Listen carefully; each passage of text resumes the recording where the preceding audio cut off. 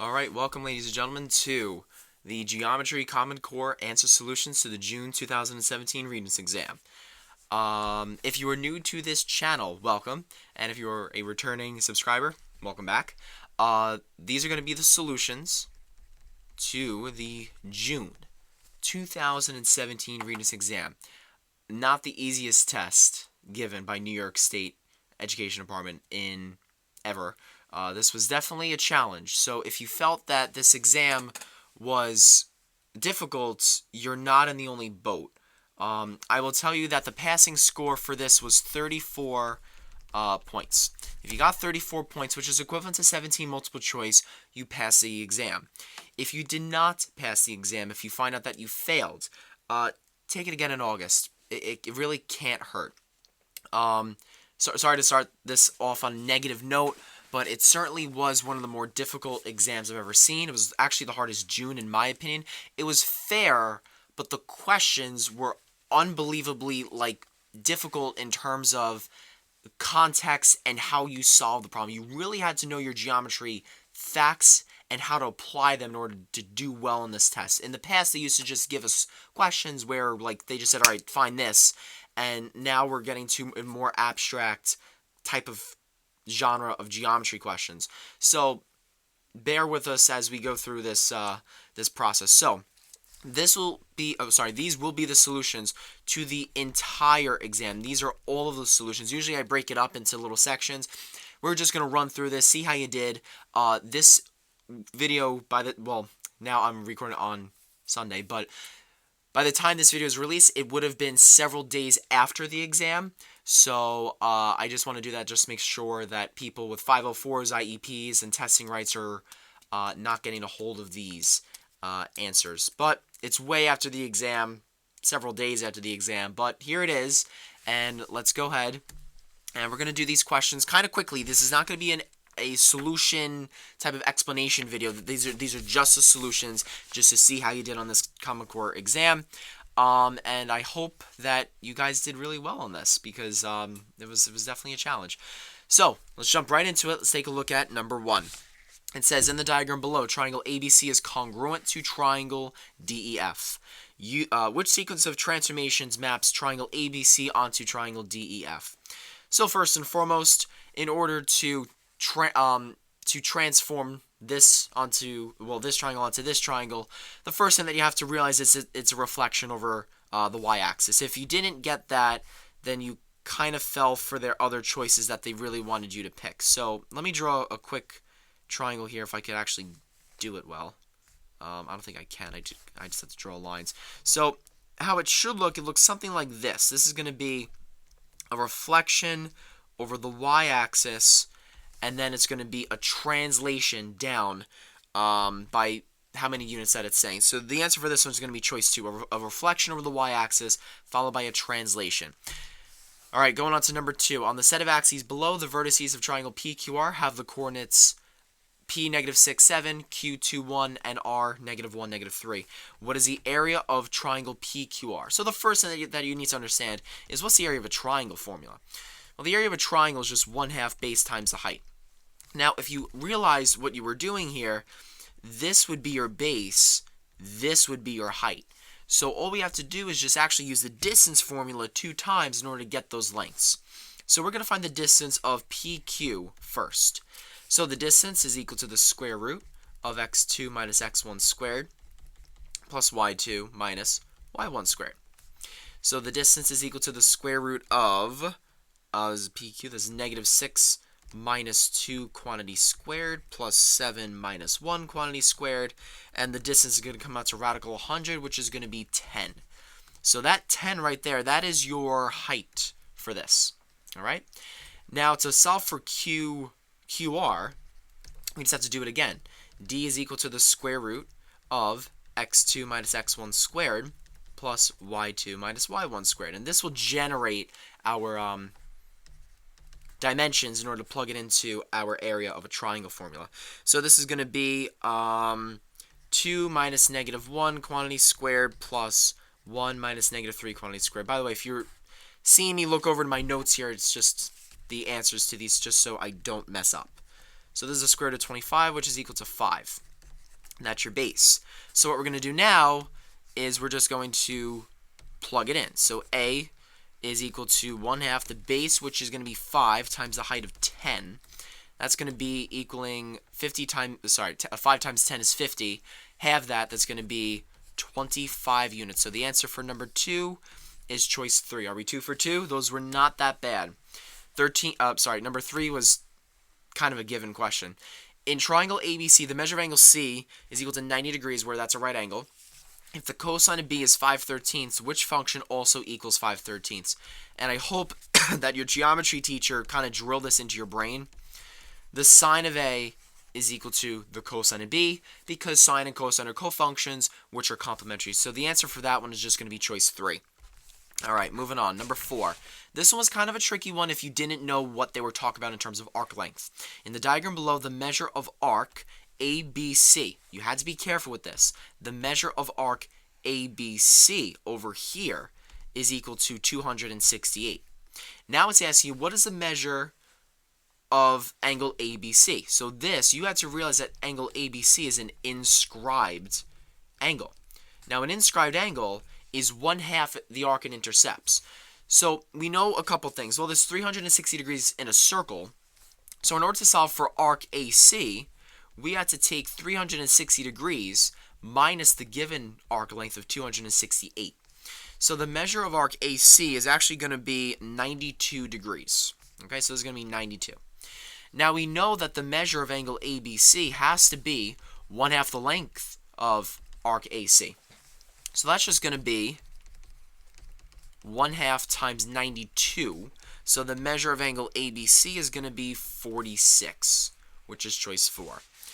Are we 4 for 4? I hope we are. I hope that you did well. By the way, leave your guessed or maybe your predicted or maybe your actual score in the comments below if you did well. If not, if you did. But if you didn't, don't comment anything. Number 5.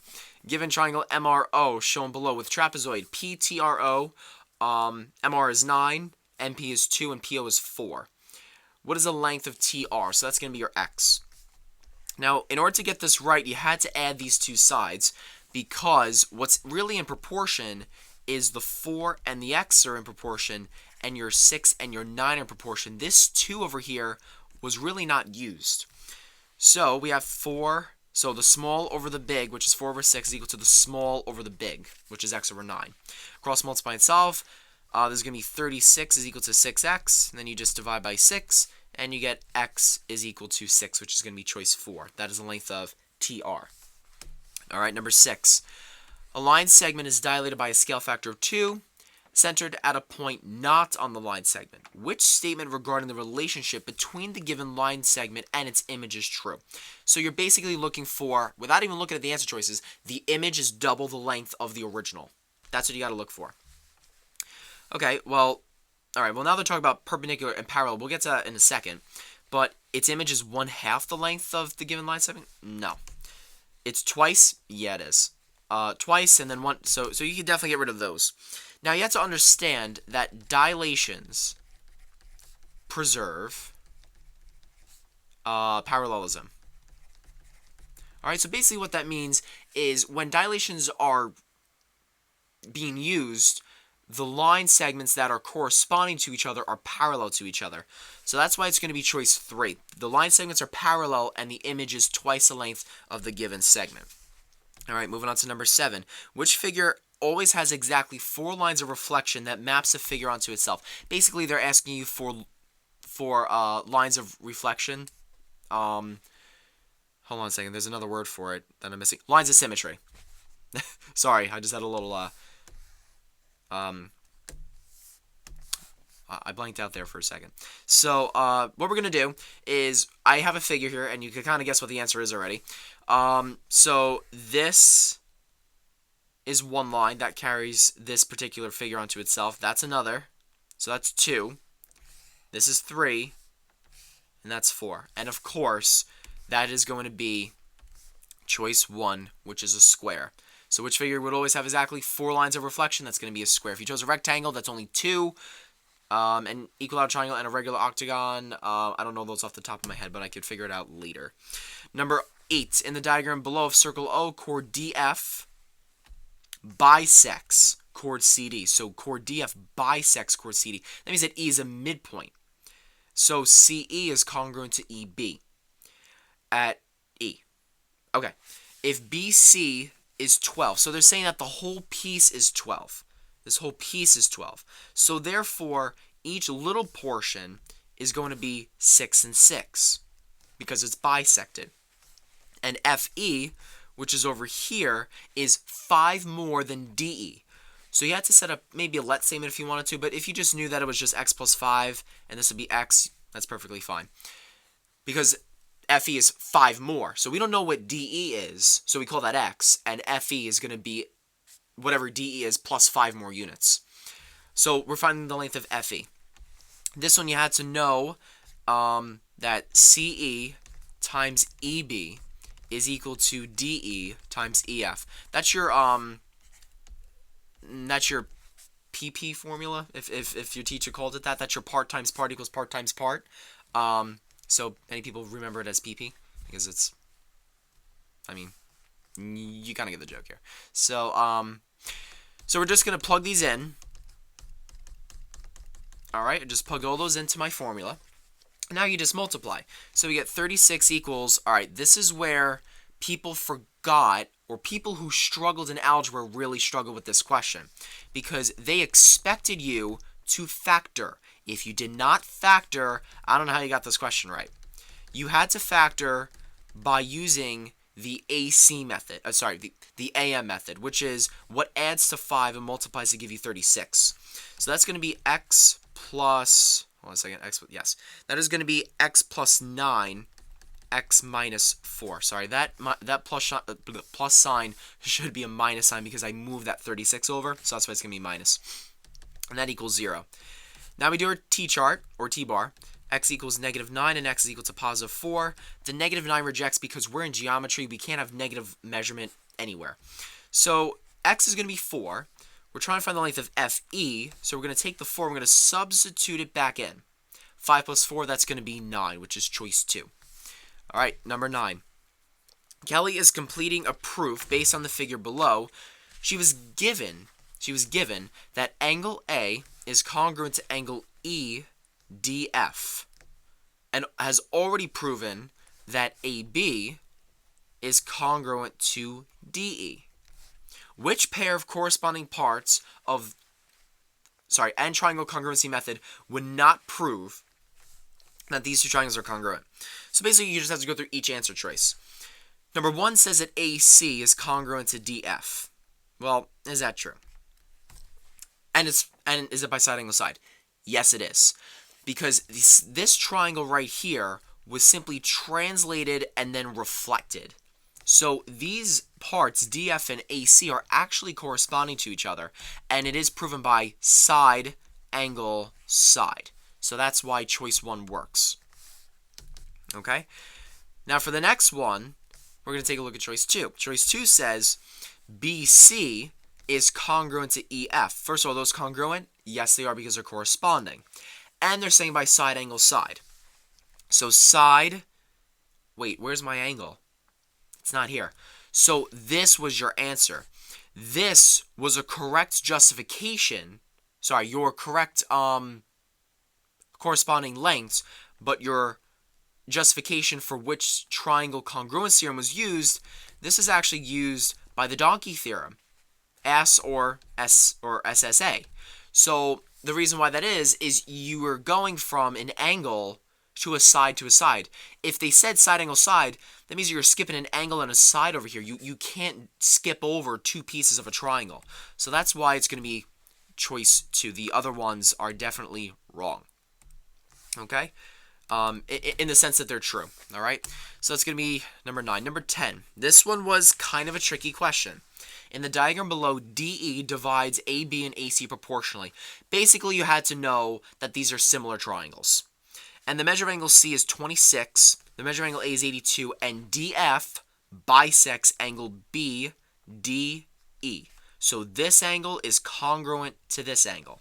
The measure of angle DFB is what? DFB, we're looking for this angle down here in the little corner. So, when I tell everyone, fill in all of your possible angles to get this question right.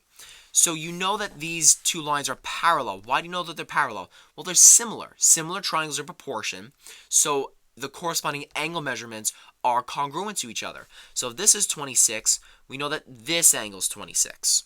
Okay? Now, since we know that this is a triangle over here, we know what this angle is next to it. We know that this angle is going to be 72 degrees by just taking 180 minus 82 minus 26, which is 72. Now, if you really zoom into this, and I want to zoom in far, look at what this is. This right here, right there, is a linear pair. I know that this is x and this is x because they're both congruent to each other. They're both the same angle measurement. So what we're then going to do is we're just going to basically set up an equation. So we have x plus 72 is equal to 180 degrees. Okay.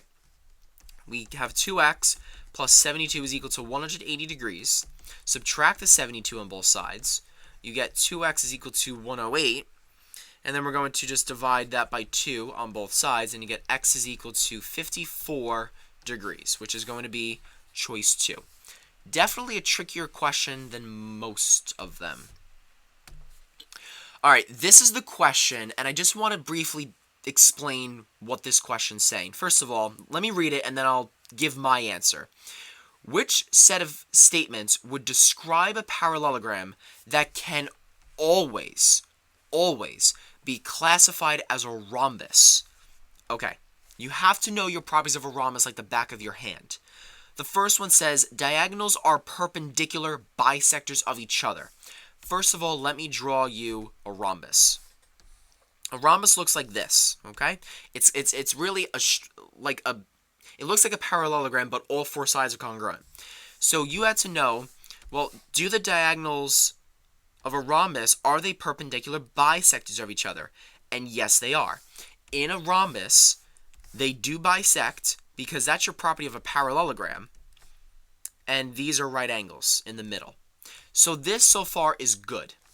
So we could definitely get rid of choice 3. Then, diagonals bisect the angles from which they are drawn. Yes, they are. You had to know that the diagonals of a rhombus bisect its angles. So that is actually true. This was the choice that bothered me a lot. And I asked 3 math teachers in my building. 2 of them said choice 4 was the answer, and another teacher said it was choice 1. And I really do have to agree with choice 1. But that's not the answer that the state of New York gave. They actually gave choice 4 as the answer, and I'm going to explain why this was such a disgusting question. You had to know what choice 3 says. It says diagonals form 4 congruent isosceles right triangles. You had to know that a rhombus does in fact create 4 congruent right triangles, not isosceles. Even though that these sides are congruent, the diagonals of a rhombus are not congruent. So that does not mean that these are isosceles. These are not isosceles triangles, but they're all right triangles, they're all congruent to each other. So you have to know that a rhombus forms 4 congruent right triangles. Okay, so I thought to myself, well, what could what could statement 3 be? This is actually a square property. Okay, now the question saying can always be classified as a rhombus. Now, this is where I really sincerely disagree with the wording of this question. You had to know that a square is a particular type of rhombus. Basically, it's that idea of a square is a rhombus, but a rhombus is not a square. You could go up the ladder, but you can't go down it. So that's why they're saying it's choice 4. I thought that this was a disgusting question. I don't agree with it, but you know what? It is what it is. It's not choice 1. I really wish it was. In my opinion, the state should really award you for both answers, but it's going to be choice 4, and I really do disagree with that answer choice. But you know what? It is what it is. The state overrules me. You can complain all you want, but they produce the answer key. All right, that's that. Number 12. This is on every single Regents. This is your completing the square question. So x squared plus y squared. I tell everyone to keep your letters on one side, move your letters to the other side. So this is going to be letters and numbers. You have to move that 20 over. So now that x squared is by itself, so that's just going to become a value of 0 when you complete the square, plus y squared minus 12y plus something, because we're trying to create a perfect square trinomial, is equal to negative 20 plus something. Now the reason why I'm adding it over here as well, that's your golden rule of algebra. What you do to one side of the equation, you must do to the other side of the equation. Now, you learn this in Algebra 1. How do you get that number? Well, you take half the middle term and square it. Half your linear term and square it. So, we're going to take negative 12 divided by 2, which is negative 6, and then square it, which is 36. So, it's going to be 36 and 36. Now, we factor this by the AM method. What adds to negative 12 and multiplies to give you 36? The wonderful thing about completing the square is it will give you both factors, and they're the same. So it's x squared plus y minus 6 is your factor 2 times, is equal to 16. This is the equation of the circle. Your center is just going to be the opposite values of what's given. So that's going to be 0, 6, and your radius is a square root of 16, which is 4. So that's why it's going to be choice 1 for that question. All right, moving on to number 13. Okay, in the diagram of triangle RST below, the measure of angle T is 90, RS is 65, and SC is 60. What is the measure of angle S to the nearest degree? This is a classic SOHCAHTOA question. All right, so I call this guy Pablo. If you were in my geometry class, I called him Pablo. So here's Pablo. He's standing at angle S, and this over here, this is your adjacent side, and that's your hypotenuse. So clearly we're using cosine, because cosine is the only one that has an A and an H in it. We're not given RT. So we have the cosine of some angle is equal to the opposite. So, back it up. Cosine of theta is equal to the adjacent over the hypotenuse. Okay? So the cosine of an angle, which is going to be S in this case, is equal to the adjacent, which is 60, over the hypotenuse, which is going to be 65. Now, remember when you're solving for an angle measurement, you have to use cosine inverse of the function that you're using. So when you go to your graphing calculator, you take the inverse cosine of 60 over 65, which that's going to give you an answer of 22.6, which rounds out to about 23 degrees. So 13 is going to be choice 1. Number 14. This was another question that I didn't agree with the type of format that they did.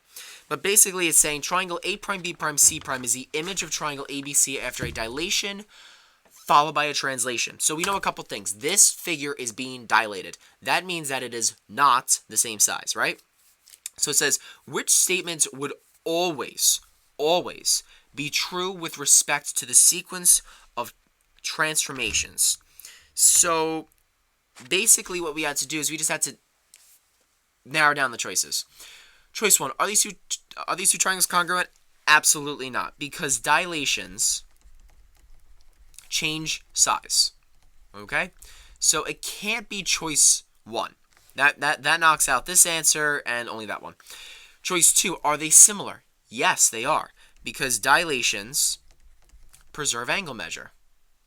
Preserve angle measure. So when a dilation preserves angle measure, the triangles are similar by angle-angle similarity. So that's correct. Number 3, are the two lines parallel? Yes, because dilations preserve parallelism. So that's correct. Get rid of choice 1 now. So now it all comes down to, again, the last one that they gave you. You had to know what this meant. And I know that many geometry teachers don't cover this. What this is saying is that the distance, this means the distance from A to A prime is equal to the distance from B to B prime. Is that true? And is it always true? No, it's not. And I'll explain why right now. Let's just say I were to have two right triangles. Let's just say I were to have two right triangles. So this one, and then I were to dilate it, right? And I'm going to line up this triangle purposefully right here. All right? Right kind of in the middle of it. So this is ABC, and this is going to be A prime, B prime, C prime. Watch what I'm going to do here. If you take a look at this, from A to A prime, it's the same distance from B to B prime. That is true if this is a right triangle. Now let's just alternate the image just a little bit. Let's say that our point of, or our center of dilation was like, I don't know, let's say it was maybe over here, if we want to say that. So what I'm going to do is I'm going to move these. Oh, that little dot's going to come with it. So let's just say we're going to move these like this. And that is my, let's just say that this is my center of dilation. From this point, passing through point A to A prime, that is not the same distance from B to B prime. Hold on a second. Let me move this little dot here. There we go. Sorry, I really should have had this set up already. So look, that's clearly, I mean, it looks pretty similar. I don't know. You know what? Let's get rid of the right triangles for a second, and let's use a different example. So let's just say I were to have, I don't know, this triangle, and I were to have this triangle. There we go. So let's say that I would have ABC and A prime, B prime, C prime. Look at this. The distance from A to A prime is not the same distance from B to B prime per se. So that's why it's going to be choice 3, because this is not always true. You could definitely change where the images are going or where the points are going. All right, so that's that. All right, number 15. This one's a common question. It's been on every exam so far. Line segment RW has endpoints -4, 5, and 6, 20. Point P is on RW such that RP to PW is 2 to 3. What are the coordinates of point P? So you had to know. So look, there's so many different ways of doing this problem. You could graph it. You could use slope. You could use triangles on a graph. I go straight for the algebraic way. So your formula to get this right is x minus x1 over x2 minus x is equal to the given ratio. If you didn't do it like this, it's perfectly fine. All right? So if you don't like this way, don't even worry about it. If you did it another way and you got the same answer, that's fine too. So we're going to plug in our numbers. This is your x1, this is your y1, this is your x2, this is your y2, and this is our given ratio, 2 to 3. So we have x minus a -4 over 6 minus x is equal to the given ratio of 2/3. And this over here, this is going to be y minus 5 over 20 minus y is equal to the given ratio of 2/3. So now what we're going to do is we're just going to simply solve it by cross multiplication. So we get 3 times x plus 4 is equal to 2 times 6 minus x. Then we just distribute, and we're just going to solve. So we get 3x plus 12 is equal to 12 minus 2x. Okay? So we're going to add the 2x, so we get 5x plus 12 is equal to 12. Subtract the 12 on both sides, we get 5x is equal to 0. Therefore, x is 0. Now, if you got that, you saw it was choice 2. But let me just keep on going with the problem just to show you how I got 11. So we cross multiply, so we get 3 times y minus 5 is equal to 2 times 20 minus y. So that's going to be distributed as well. So that's going to be 3y minus 15 is equal to 40 minus 2y. Add the 2y, we get 5y. Add the 15, we get 65. No, I'm sorry. We get 55. My apologies. 55. And then we divide by 5 on both sides, and then you get y is equal to 11. So that's why that's going to be choice 2. You didn't have to show that work, but it's probably the easiest way, in my opinion, to do it.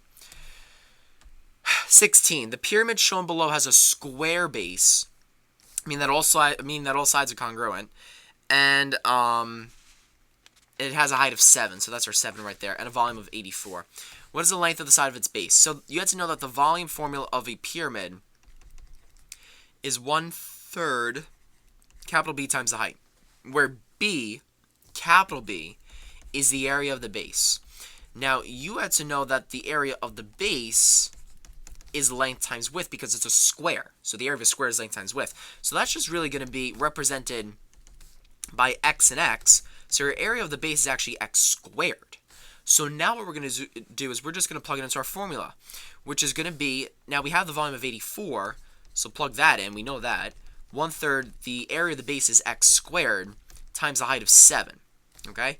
So now this is just going to be 84 is equal to 7/3 x squared. Now you just have to do a little bit of algebra, not that bad. Take the reciprocal of both sides, or you could divide by 7/3, that's the same thing.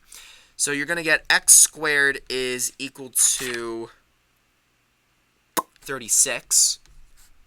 And then you take the square root of both sides, and you get x is equal to 6. That is the length of one side of its base. So that's why it's going to be choice 1. All right. 17 was another tricky question. In the diagram below of triangle MNO, angle M and angle O are bisected. So therefore, this is congruent to this, and this is congruent to this. By MS and R and OR respectively, segments MS and OR intersect at T, and the measure of angle N is 40. If the measure of angle TMR, so TMR, so this one's 28 degrees. We know that this one then is 28 degrees. It says, what is the measure of angle OTS? We're looking for that angle right here. So let me zoom in into this triangle here. Let me just show you what's going on. So here we have these two triangles, right? First and foremost, we know a couple things about this. We know a couple things about this triangle. First of all, we know from the bigger, the monstrous triangle that you see on your screen, this one right here, this is 40 degrees. This over here, that is going to be, let's see, if that's 28 degrees, that's going to be 56 degrees. We're going to solve for this angle up here. In order to get this, we take 180 degrees minus the 40 minus the 56, which is going to be equal to 84 degrees. So this angle is 84 degrees up here. Now, if we know that that's 84, we know that each of the individual angles is actually 42 degrees. Okay, not so bad, right? Now, if we know that these two angles are 42, look at this triangle here, folks. What do we know about this triangle? Well, triangles add up to 180 degrees, right? So we know that this angle over here is actually going to be 180 degrees minus the 42 minus the 28 that's in that triangle. So that's going to be 110 degrees. Okay? Now, these lines over, well, this line is a linear pair, meaning that they're supplementary. So the angle next to it is 70. So that's 70. That's your answer. Done.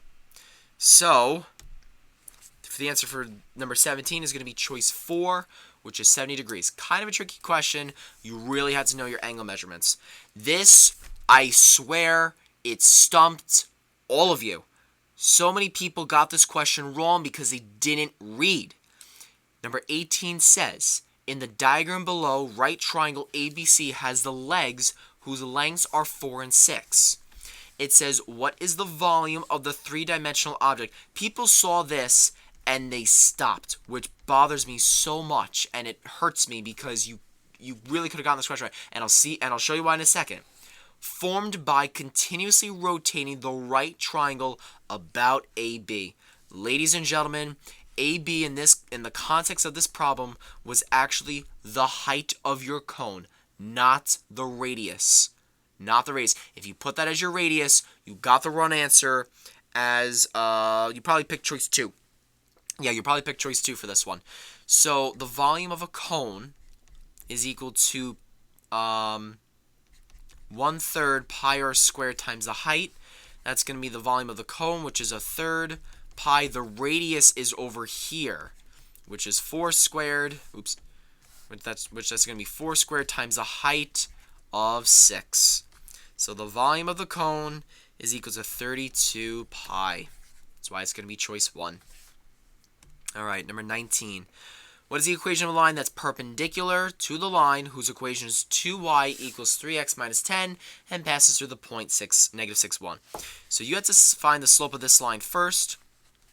You just divide it by 2 for each one. Divide by 2, divide by 2, divide by 2. So you get y is equal to negative 3 halves x minus 5. Then we take the negative reciprocal of that fraction of our slope, which is going to be 2/3. So get rid of these answers. Those make no sense, right? So now we take this slope, and we take that point, and we're just going to plug it into y minus y1 equals m times x minus x1. Of course, there are so many different ways of doing this. You could solve for b, you could graph it, you could do anything you want, but this is the fastest, most efficient way to get the answer quick and in a jiffy. So this y minus 1 is equal to 2/3 times x plus 6. Those two negatives give you a positive answer. Distribute, you get y minus 1 is equal to 2/3 x plus, what is that going to be, 4, right? Yes, 4. And then you're going to add the 1, and then you get y, hold on a second. Oh, I'm sorry. Wait a minute. I don't know why I put that negative there, folks. I apologize about that. I think I copied it wrong. Sorry. That should be a slope of negative 2/3.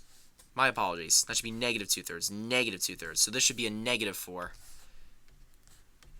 Sorry, it's almost 2 o'clock in the morning. I'm a little tired.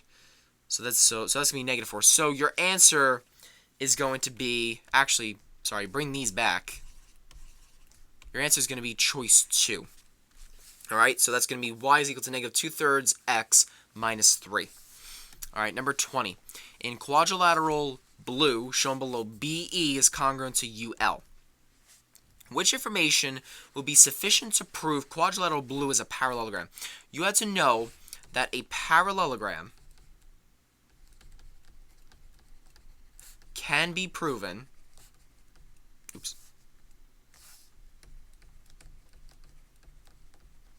with one pair of congruent and parallel sides. So if you have that information, you're good to go. If these are congruent, you're immediately looking for parallelism. BE is parallel to LU. Is that here? Yes, it is. Choice 2. Done. Number 21. A ladder that's 20 feet long leans against a building and forming an angle of 71 degrees level to the ground. So nearest foot, how high up the wall of the building does the ladder touch the building? All right. So here's Pablo again. We are using SOHCAHTOA, which is just basic trig. This is your opposite. That's your hypotenuse. We're using sine. So we have the sine of 71 degrees is equal to the opposite, which is x, over the hypotenuse, which is 20. Put that over 1. Basic solve for x.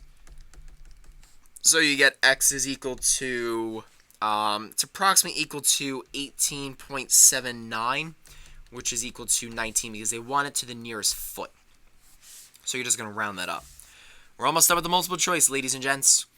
22. In the two distinct acute triangles ABC and DEF, angle B is congruent to angle E. Stop right there. Draw yourself some triangles. There are two distinct acute triangles. Okay. They're probably congruent because I'm looking. It says rigid motions. All right, so there's ABC and DEF. Angle B is congruent to angle E. Now, all right, these aren't really acute. I apologize, but, whatever. It's fine. Triangles ABC and DEF are congruent when there's a sequence of rigid motions that maps.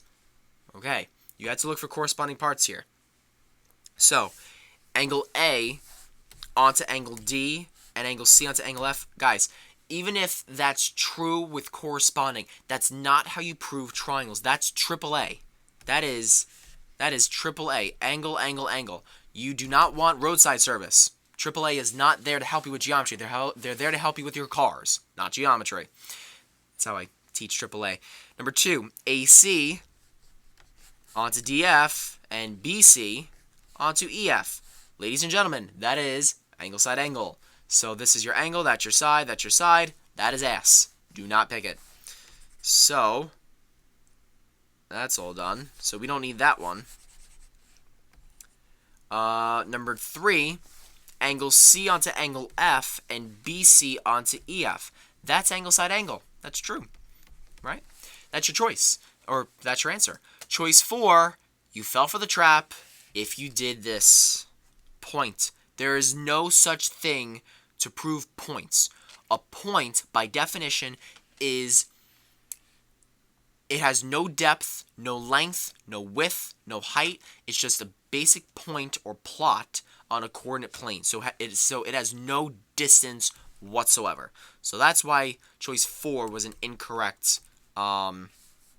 And you've actually seen that on a Regents before. It was actually on the June 2015 exam about 2 years ago.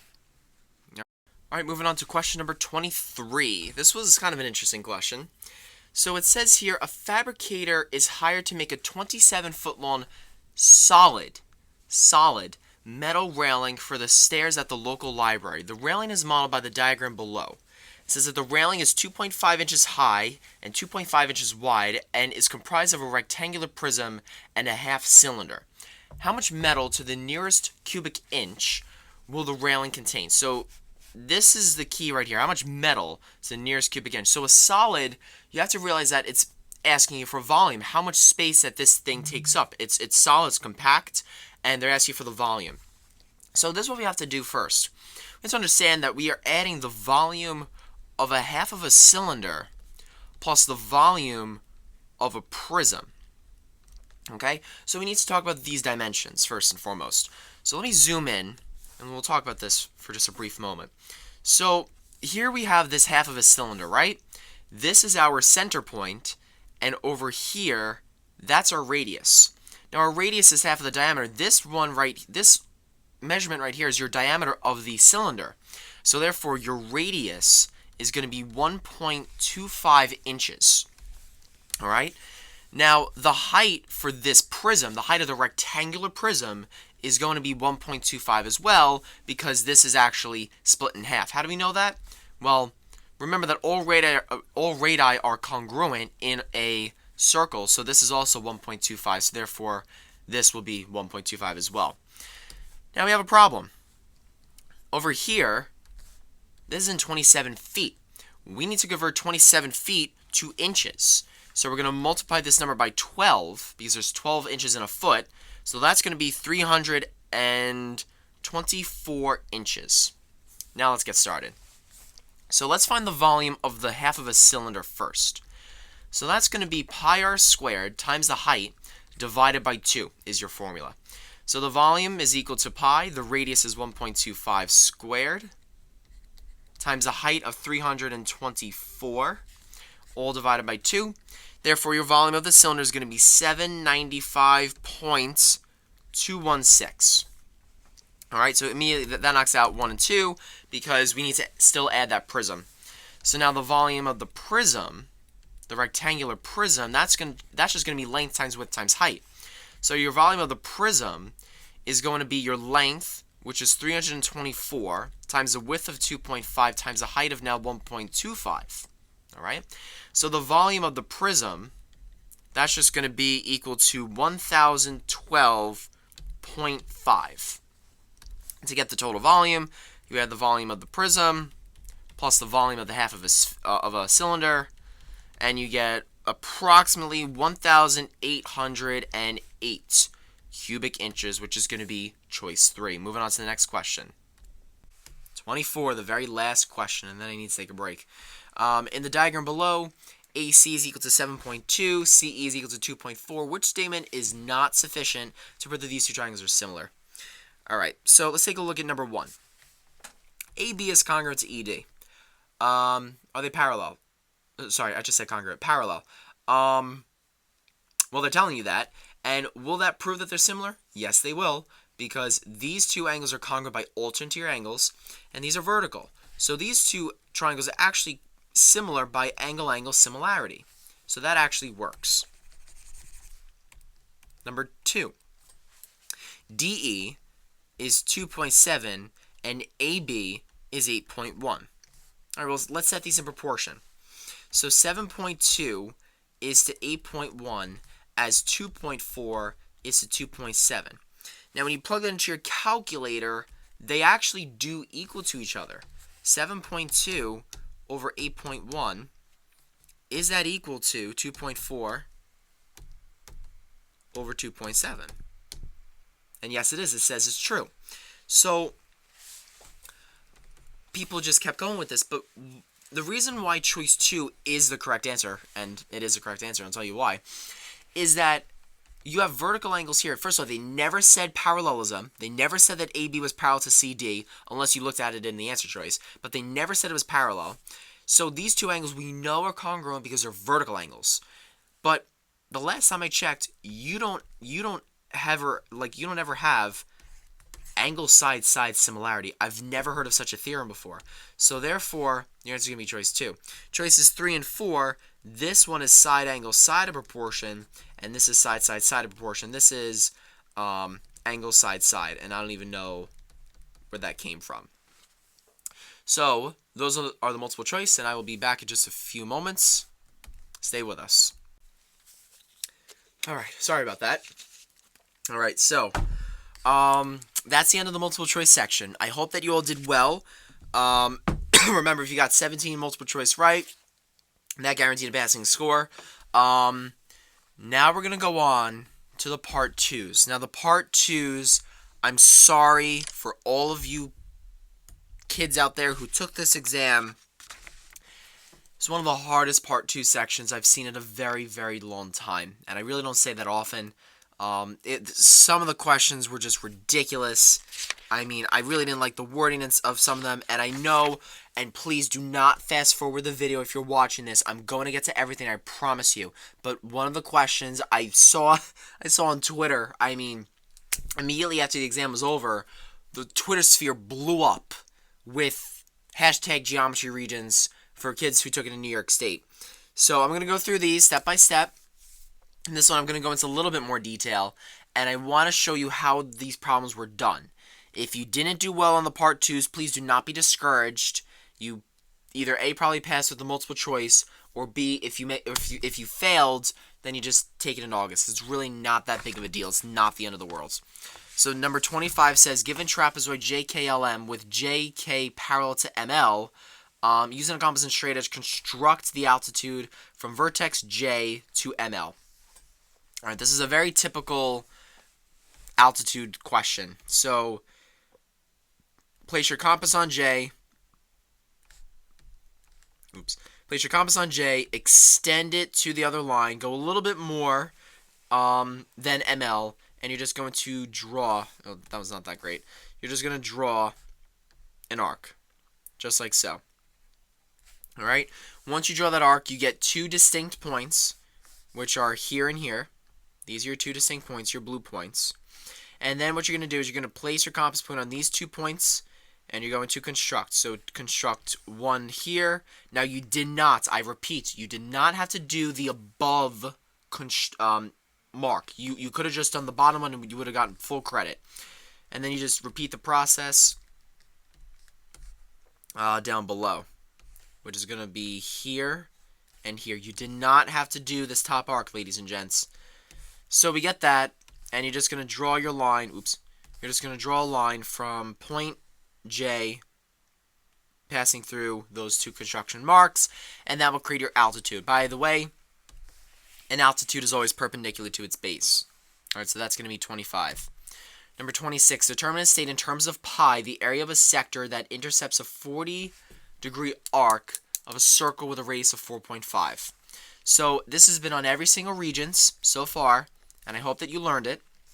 So basically it's saying if you have a center point of a circle, this is your arc of this is your sector. And it says it intercepts a 40-degree arc. So if this is a central angle, this has to be 40 degrees as well, and your radius is 4.5. You had to know that the area of a sector of a circle is equal to n over 360 pi r squared. Okay? So that's going to be n, which is 40, over 360 pi times the radius of 4.5 and square it. When you plug this into your calculator, you're going to get 2.25 pi 2.25 pi, that would be acceptable. Or if you wrote 9/4 pi, that would also be an acceptable answer. But those are the only two. Well, actually, no. You could also write it as a mixed number. The chance of you doing that is like slim to none. But those are really the two answers that they will accept. This is the question that everyone was confused about, and I want to go over this in detail. It's actually one of the easiest things you'll learn in geometry. First of all, if I taught you this principle, you're welcome, because myself and the teacher who I was working with this year did teach Cavaliere's principle, and it was actually on my students' exams. But you really did have to know what Cavaliere's principle was. If you didn't, whatever. And I saw so many people complain about it. I saw people like, what the hell is that? People were just blowing up social media with it. When do you ever learn Cavaliere's principle? It all depended on your teacher, and if he or she looked at the standards themselves, the standard does say, explain what Cavaliere's principle is, and this is it right here. 27. The diagram below shows two figures. Figure A is a right triangular prism, and figure B is an oblique triangular prism. The base of figure A has a height of 5 and a length of 8, and the height of the prism of A is 14. The base of prism B has a height of 8 and a length of 5, and the height of the prism is 14. Use Cavaliere's principle to explain why the volumes of these two triangular prisms are equal. Okay, so I want to just explain this in a little bit of detail of what Cavaliere's principle is. Let's say I were to have two cylinders, and you'll see what I mean in a moment. Let's say I have two cylinders just like so, okay?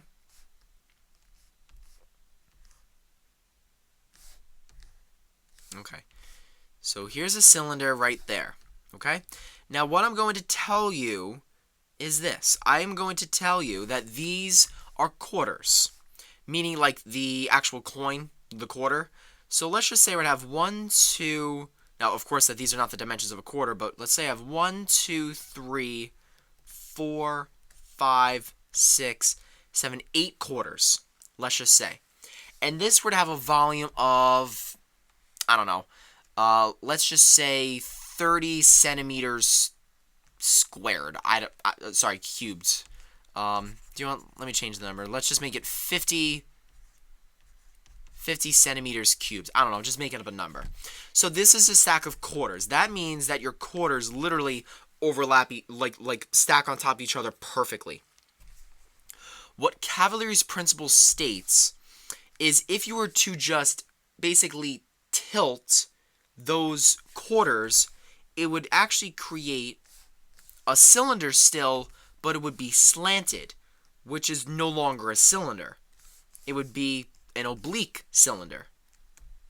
That's where the oblique name gets its name from. So this is going to be a cylinder that looks like this. It's oblique. So basically, you just took your hand and you pushed against the quarters. So you still have 8 quarters, which is 1, 2, 3, 4, 5, 6, 7, 8. And this still has a volume of 50 centimeters cubed. Now, why is that? Because you didn't get rid of the amount of quarters. And a quarter doesn't change its size. It's only changing the way it's oriented. Because it's taking up the same amount of space. So this is what Cavaliere's principle stated. Cavaliere, the mathematician, Cavaliere stated that if you have two prisms or two cylinders or two objects that have the same height and the same cross-sectional area, that the volumes are equal. So let's go back to the question and let me explain. So the area of this base, which is the area of the cross-section, the area of the triangle is 1/2 base times height. You're going to get 1/2 of 5 and 8, which is equal to 40 divided by 2. You get an area of the triangle, which is 20. This one has to be the same. If it's not, you can't even use Cavaliere's principle. But they decided to say, all right, you know what? It is still 1/2 base times height. The area of the triangle is still 1/2. Now the base is just 5. The height is 8. The area of the triangle is still 20. So this is what you had to state. You had to state the volumes of these two triangular prisms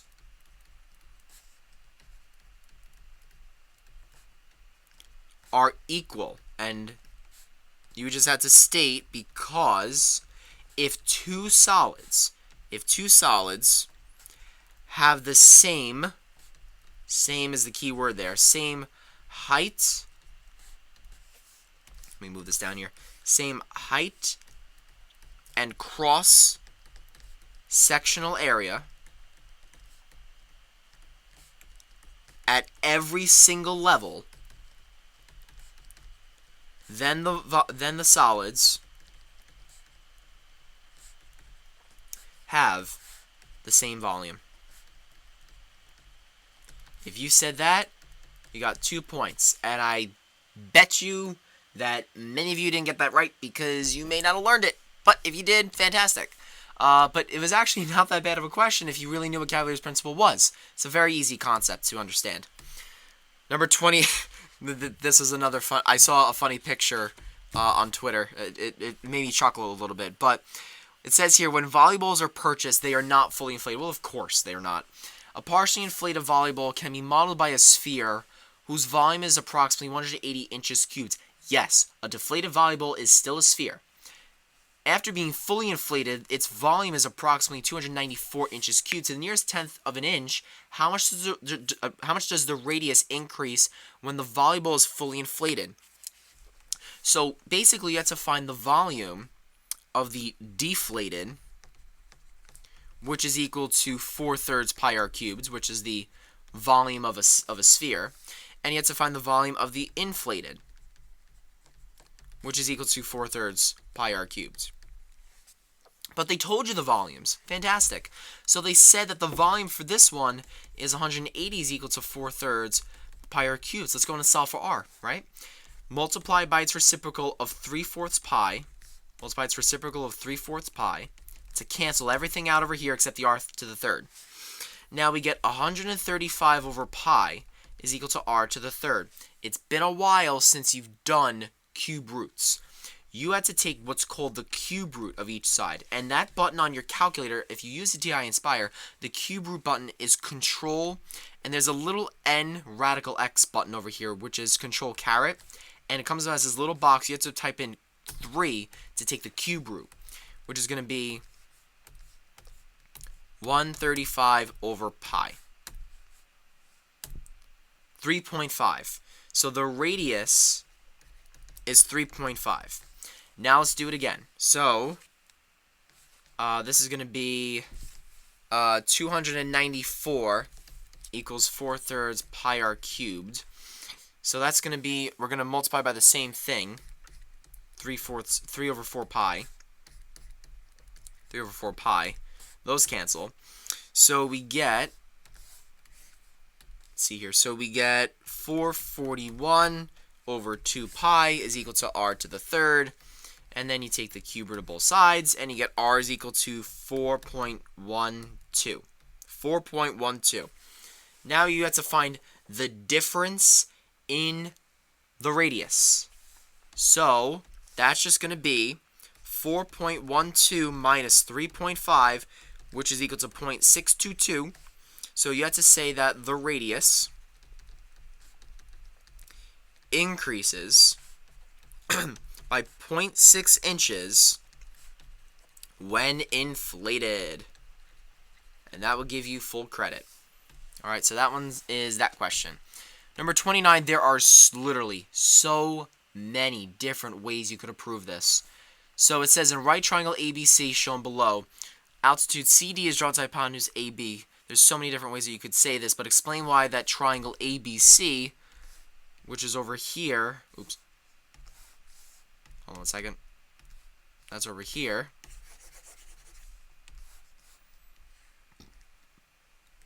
you get to state why this is similar to this triangle over here. So if you said the following, so there were two ways that were like really, really good. So the first way would have been this, to actually just state the theorem. Okay? The theorem states the altitude to the hypotenuse,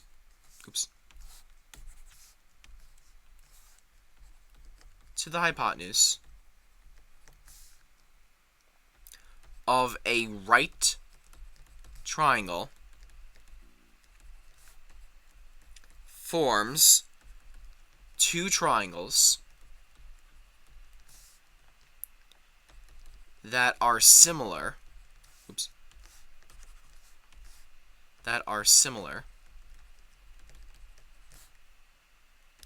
to each other and the original triangle. So once again, the altitude to the hypotenuse of a right triangle forms two triangles that are similar to each other and the original triangle. If you said that, you got 4 credit. If you said this one, if you said the following, if you said that CD is perpendicular to AB because altitudes are perpendicular to its base, that's one part of this. Then you have to state that angle ADC is a right angle because perpendicular lines form right angles. Then, last but not least, that you have to say that angle A is reflexive in both triangles. So then you could say that triangle ABC is similar to triangle ACD by angle-angle similarity. So any of those two answers would have given you full credit, or something else. All right, 30. I'm still having a debate with some of the teachers about number 30. I really don't like this question. It says triangle ABC and triangle DEF are drawn below. It says if AB is congruent to DE and AC is congruent to DF and angle A is congruent to angle D, write a sequence of transformations that maps triangle ABC onto triangle DEF. So it specifically said, though, write a sequence of transformations. Now, I said it's just a basic rotation, but since they said sequence of rigid motions, or a sequence of transformations, I'm a little skeptical of what they wanted. So this is what we've come up with. So I'm going to draw two lines. I'm going to draw CF and I'm going to draw AD. So basically what you have to know in order to get this question right, now again, now look, this thing that can't speak tonight. This video is being released before the state actually releases the answer key. So we don't know what they're accepting, but this is actually mathematically proven. If you construct the perpendicular bisector of CF,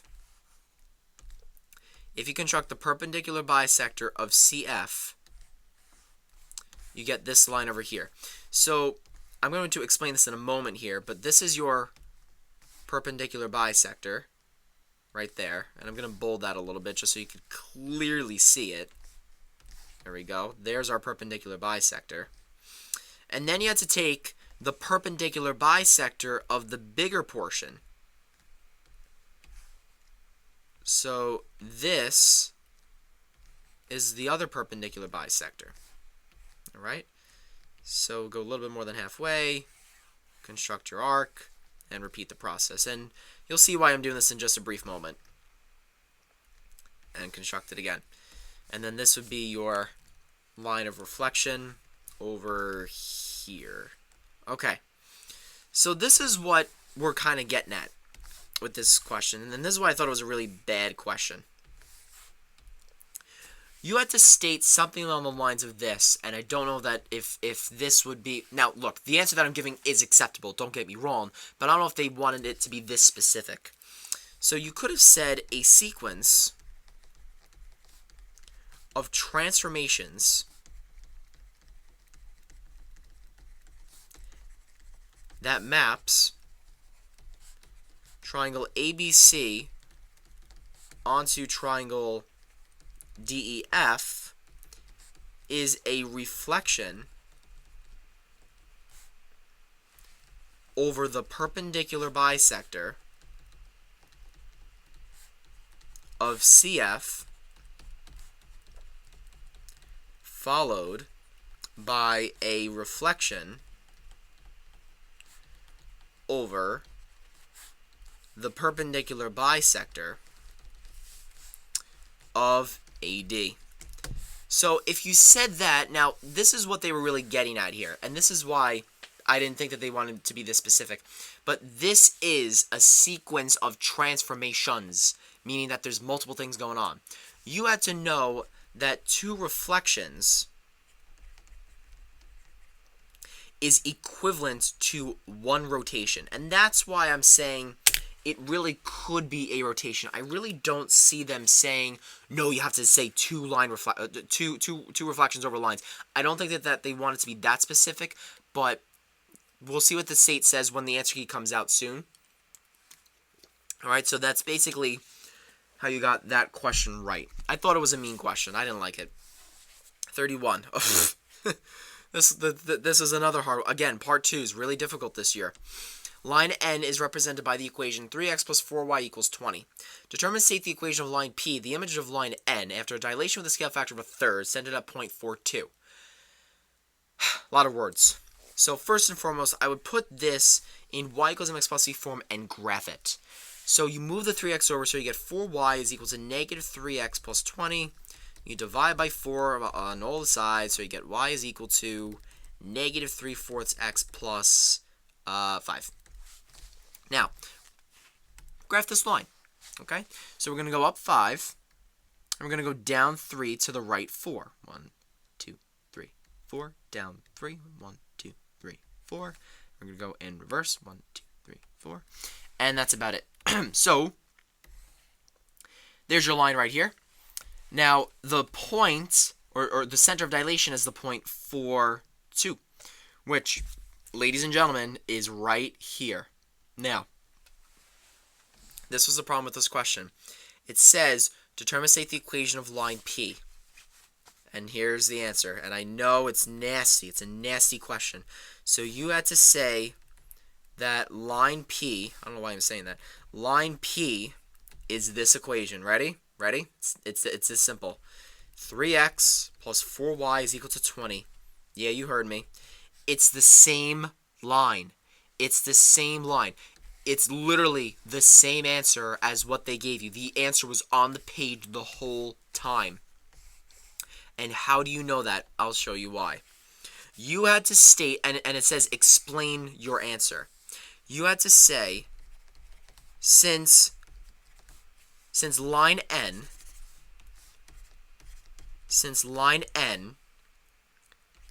contains the center of dilation,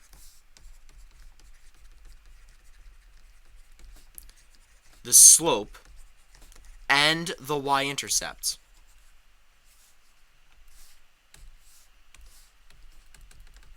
the slope and the y-intercept are unchanged. Yep. I know. It's the same line. So that's how you did that question. I've seen people like, how the hell do you dilate a line? Well, you didn't have to dilate this line because that's the answer. It's the same line. It's the point of dilation is on the line. You can't do anything with it. So that's why 31 was definitely a trickier question. All right, 32. So I'm going to graph these triangles because they say graph it. It says graph and label. You had to label. If you didn't label, you lost points. So -5. Let me zoom in a little bit because I can't see anything. -5 and up 2. Then we have -4, 7. And -2, 7. So there's my first triangle, right? That's my first triangle. So that's going to be triangle ABC. And then it says triangle DEF is at these locations. So I'm going to draw a triangle DEF. So DEF is at the points 3, 2, 2, 7, and 0, 7. So this is triangle DEF. So basically what you have to do is this. Sorry about that, folks. Okay, hold on a second. There we go. So that would give you, I think 2 points that would give you. Then it says determine and state a single, this is the part, a single transformation where triangle DEF is the image of triangle ABC. So basically you had to state something like this.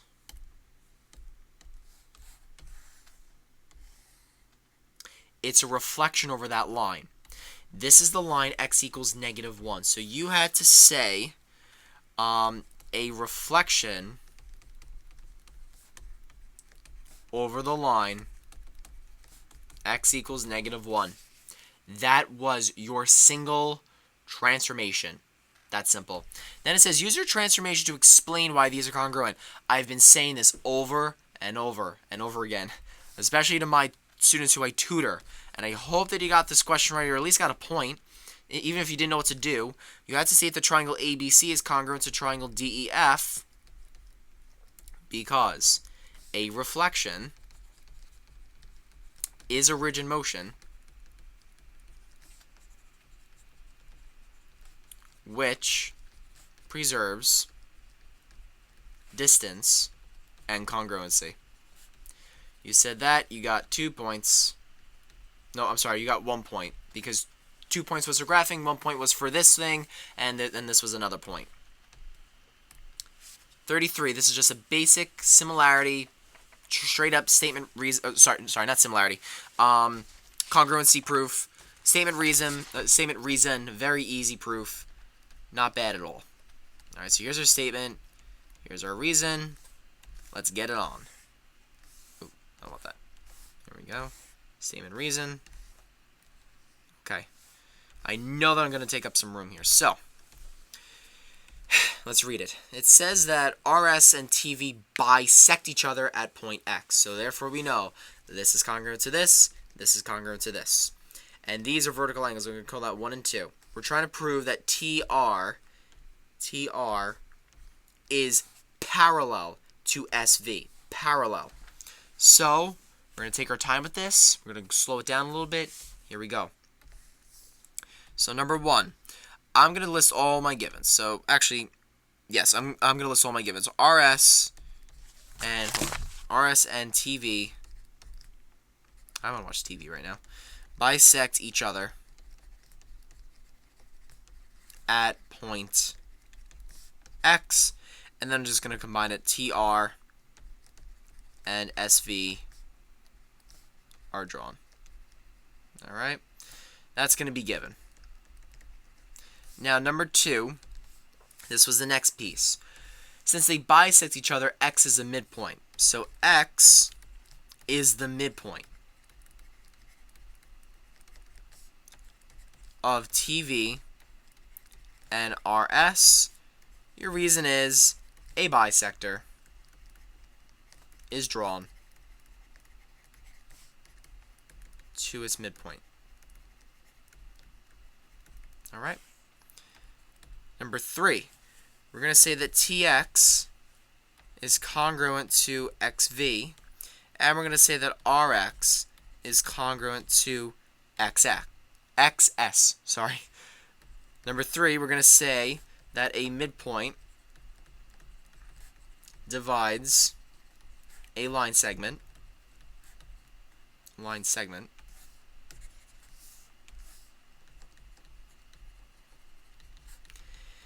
into 2 congruent parts. Alright? That's not that bad. So now we're going to move on with this question, and now we're getting into the vertical angle stuff. So we just proved that these 2 sides are congruent. This side's congruent to this side, and this side's congruent to this side. So now we're just going to move on to number 4. We're going to say that angle 1 is congruent to angle 2. It's okay if you labeled it, by the way. You could have labeled this 1 and 2, and you would have gotten full credit anyway. Or you could just could have labeled the angle measurements themselves. And you could say that vertical angles are congruent. Now, let me get something clear. You did not have to say that these are intersecting. We know that they're intersecting. We know that they're vertical angles. And we do know that intersecting lines form vertical angles. You did not have to say that angle 1 and angle 2 are vertical angles. Okay? So you didn't have to say that. And I know that some people teach that way. I don't. Then number 5, triangle TXR is congruent to triangle VXS. So your reason to side angle side is congruent to side angle side. Now we're trying to prove that these two lines are parallel. Well, how do you know that these two lines are parallel? What do you prove it by? Alternate interior angles, right? Angle R is congruent to angle S. Let's go ahead and say it. Number 6, I'm going to say that angle R is congruent to angle S. Or you could have said that angle T is congruent to angle V. That's perfectly fine as well. Then you say CP, CTC. Corresponding parts of congruent triangles are congruent. And then last but not least, number 7, you're going to say that TR is parallel to SV, and this was the very ridiculously long reason. And you had to state that if two parallel lines are cut by a transversal, then the alternate interior angles are congruent. And that would give you full credit for that. All right, so let me just zoom that out. I don't know if you could see that, but that is your entire proof. All right, let's go on to number 34. This is the question, again, another question that people are like, what the hell is going on here? So it's actually quite easy. It says that a gas station has a cylindrical fueling tank that holds the gasoline for its pumps as modeled below. The tank holds a maximum of 20,000 gallons of gasoline and has a length of 34.5 feet. So put this down as 34.5 feet. A metal pole is used to measure how much gas is in the tank. So the nearest tenth of a foot, how long does the pole need to be in order to reach the bottom of the tank and still extend 1 foot outside of the tank? Justify your answer. And you were given this, that 1 foot cube is equivalent to 7.48 gallons. Listen to me. They don't give that to you for no reason. They give it to you because you have to use it. And you have to understand that if it has a maximum of 20,000 gallons and your height is measured in feet, you had to get your volume in terms of feet cubed. That's the only way to get this question right. So what you had to do is you had to take 20,000 gallons and divide it by 7.48 gallons. And what that will do for you is it will convert it to feet cubed. Remember, this is going to be whatever feet cubed. Okay, so this is going to be, or come out to be 2,673.796799144 feet cubed, ladies and gentlemen. This number right here, that is your volume. Okay, now the volume of a cylinder is pi r squared times the height. So your volume, which is 2,673.796799144. I write all the numbers just so we don't make a mistake. Is equal to pi. Now the radius, we're trying to find the radius. We don't know what that is. R squared times the height of 34.5. Then we're going to divide by pi times 34.5. Pi times 34.5. Sorry, I didn't mean to get rid of that r squared. So get rid of these. Then you get r squared is equal to 24.66944788946. Then you take the square root. So you get the radius is 4.96683 479 639. Now, that's your radius. If we're trying to find the height of the pole, it's your whole thing, which is going to end up being your diameter. So we have to multiply this by the number 2. Now we get 9.93366959277. Now, that's your diameter. However, remember, you still need to add by 1 foot. Just to show where I'm getting that. So your diameter, sorry, your height of the pole is going to be 10.9 feet. That's your answer. The height is 10.9 feet. All right? So, that's it. All right, now we're moving into the part 4s. There was no proof on this, but there was a coordinate geometry proof. So it says quadrilateral PQRS has vertices P -2, 3, Q 3, 8, R 4, 1, and S -1, -4. Prove that this is a rhombus. You had to figure out a plan. I always have a plan going into these types of questions. You're going to say use distance 4 times to prove all sides congruent. If you know that you had to use distance 4 times to prove all sides congruent, you got this question right because a rhombus has all 4 sides that are congruent. So we're going to go ahead and do it right now. So we're going to find the distance of PQ. We're going to find the distance of QR. Then we're going to find the distance of RS. Then we're going to find the distance of PS. So here we go. D is equal to the square root. Now, I'm not going to write the formula a million times over. I don't really want to do that. It's 3 minus -2 quantity squared plus 8 minus 3 quantity squared. If you ever want to rewind and just see what the coordinates are, you could do this by yourself. It's perfectly fine with me. You get 5 squared plus 5 squared. That's equal to the square root of 50 right there. So that's the distance of one side. Now, since one of them is radical 50, I'm hoping for the other ones to be radical 50 as well. So we're going to use the distance again. So we get 4 minus 3 quantity squared plus 1 minus 8 quantity squared.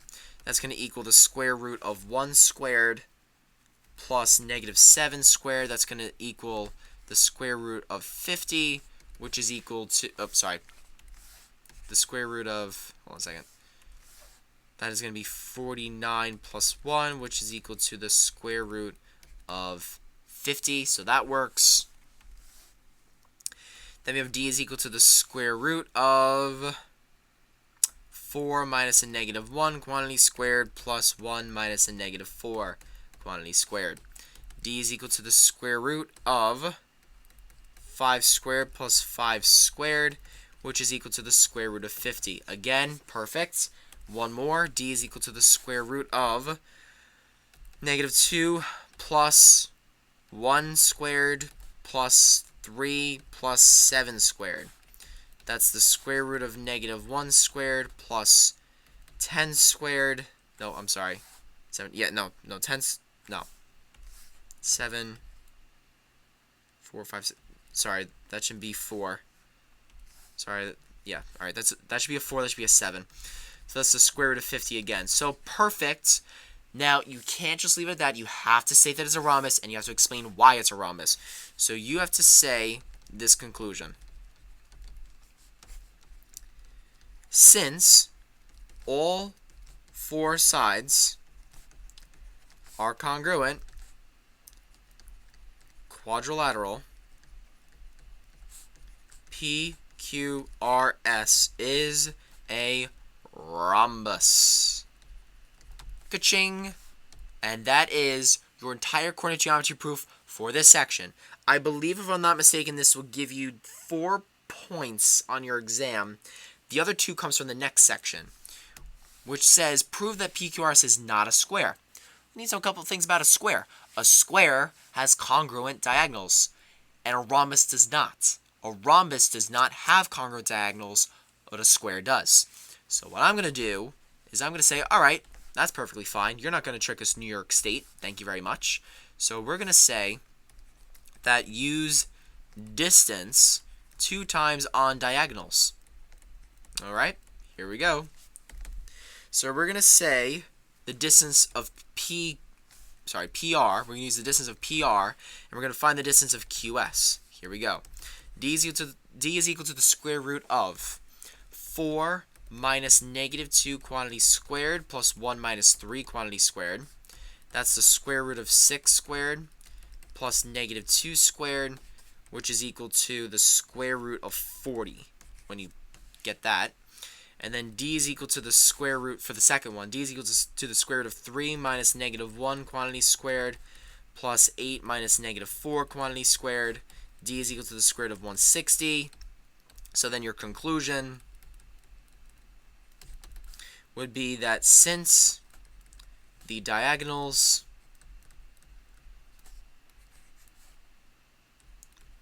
are not congruent, rhombus PQRS is not a square. Alright, and that's about it for that question.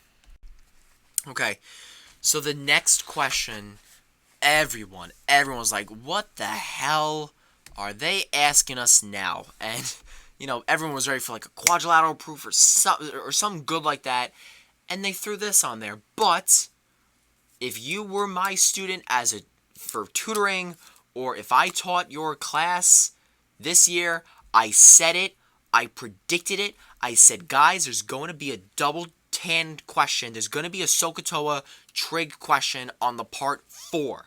In the past has been part 3s and part 2s. This year, I said it. It was going to be a part 4 question, and here it is. It wasn't a surprise for me. Now, we're going to go through this slowly because if you didn't draw the diagram correctly, you couldn't get any credit. So, Frida, who is training to use a radar system, detects an airplane flying at a constant speed and heading in a straight line and passes directly over her location. She sees the airplane at an angle of elevation of 15 degrees and notes that it is maintaining at a constant altitude of 6,250 feet. 1 minute later, she sees the airplane at an angle of 52 degrees. How far has the airplane traveled to the nearest foot? Alright, so let's go ahead and figure out this question. So, the question is saying, how far has the airplane traveled? So, here's our airplane, right here, okay? And I'm actually going to reverse it. Hold on a second, I'm just going to flip it over. There we go. So there's my plane, right? It's staying at a constant altitude of 6,250 feet. So what the question's basically saying is, from the ground to the top, or where the plane is, that's 6,250 feet. Okay? So that's this. And it is traveling. Now Frida sees. Now, here's Frida way over here. And she basically sees this aircraft at 15 degrees. Alright? So that's 15 degrees over here. Okay? Now, we know that the distance of whatever this is from here to here. I'm actually going to label that blue, just so we clearly know what's going on here. All right, I'm going to put this as black. All right, so that's 15 degrees. Now I'm going to call this distance that you see here, I'm going to call this distance, the blue distance, Z. And you're going to see why in a moment. Now the plane's coming towards her. So then she sees it overhead again. This time the aircraft is much closer than it is before. So this is a closer aircraft. So what you have to do is you have to create a second right triangle. Keep in mind that the height of the plane is still maintaining a constant altitude of 6,250. Okay? Now here's our line again. Here's our hypotenuse. Now the problem with this here is that we now have a problem. It is now from here to here. The distance from there to there. So this angle of elevation, excuse me, is 56 degrees. I'm going to call this segment that you see over here, I'm going to call this Y. We're basically trying to find the distance from here to here, which is equivalent from here to here. I'm going to call that X. So again, this is a tangent question. So here's what you had to do. You had to find the tangent of the big triangle and the tangent of the little triangle and subtract it and get point X. So here we go. We're going to take the tangent. I'm going to take the big one first. Sorry. This is not 56 degrees. This is 52 degrees. My mistake. Sorry, that's 52 degrees. So I'm going to find the tangent of 52 is equal to the opposite, which is 6,250 over y. I'm actually going to put this as red, just so you know which triangle I'm working out of. That's red. Oh, shoot. That should be blue. Okay. So now we're just going to cross multiply and solve. So we're going to cross multiply, put that over 1. You get y tan of 52 is equal to 6,250. Then we're going to divide by tan of 52 on both sides. So then you get y is approximately equal to 4,883.04 feet. Now we're going to do it again, this time for the blue. So we're going to take the tangent of 15 is equal to the opposite, which is 6,250, over the adjacent, which is z.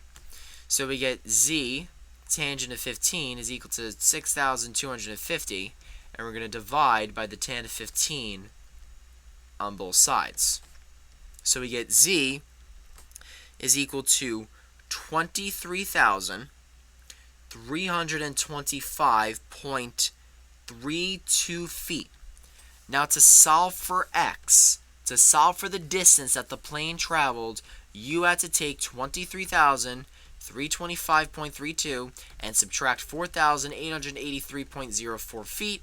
That's going to give you a total, when it's rounded off, it's going to be a total of 18,442 feet. That would give you 4 points on this question, I assume. That would give you 4 points on this question.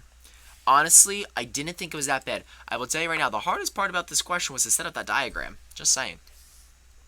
And then if this exam can't get any worse, they decided to put this on the Regents.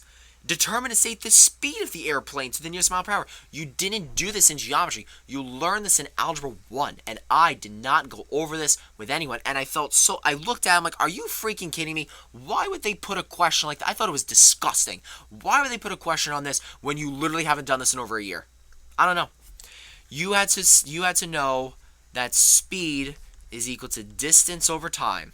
Yep, that's right. Speed is equal to distance over time. So, of course, there's a majority of people who forgot about that, and I felt bad. But the problem is, nearest mile per hour, you had to convert. You had to convert feet to miles and then minutes to an hour. Because the question says feet, and where's it? Hold on. 1 minute later, you had to convert to miles per hour. That's what made this question really separate people. In terms of their, not intelligence level, but if you really knew how to read the question. So, we had to convert everything. So, we're going to convert the feet first. So, 23,325.32, which is, because we are trying to find, here's the thing, why am I doing the whole thing? We're trying to find the distance from, the distance from here to here in miles. So what we're going to do, we're going to take that, and we're going to divide it by 5,280 feet. So feet over feet, because there's 5,280 feet in a mile. So that's going to be 3.493 miles. Now look, you could have gotten a different distance in miles, but if it's traveling at a constant speed, I mean, your speed isn't changing regardless. So I'm getting 3.493 miles, and that's your distance. Now, your minutes, well, you know that 1 minute, or you should know that 1 minute is equivalent to 1/60th of an hour, because there's 60 minutes in an hour. Take 1 over 60, and you have your answer. So we have to put this, we have to take speed is equal to the distance, which is 3.493 over 1 over 60. Your answer, your final answer is going to be 210 miles per hour. And that's how you did that question. So, what did we learn today? I hope that you learned a lot of stuff. Saying like how ridiculous the Regents exam could be. But It is what it is. So please hit the subscribe button. There's going to be a lot more material coming, ladies and gents. I'm just putting this out now just to see, or just for you to check what you got on your Regents exam. I hope that you did well. Let me know if you passed in the comments below. If you failed, take it again in August. I promise you it only gets easier. And make sure that you visit www.nysmathregisprep.com. I will be doing videos in Algebra 1, Geometry, Algebra 2, and soon AP Calculus. So we're going to be doing a lot of things within the coming years. I am going off to college pretty soon, so I got to get this stuff done pretty quickly. So I hope that you did well. Let me know how you did. Send me an email, do whatever, and I will see you guys around soon. I hope that you did well, and good luck in Algebra 2 next year.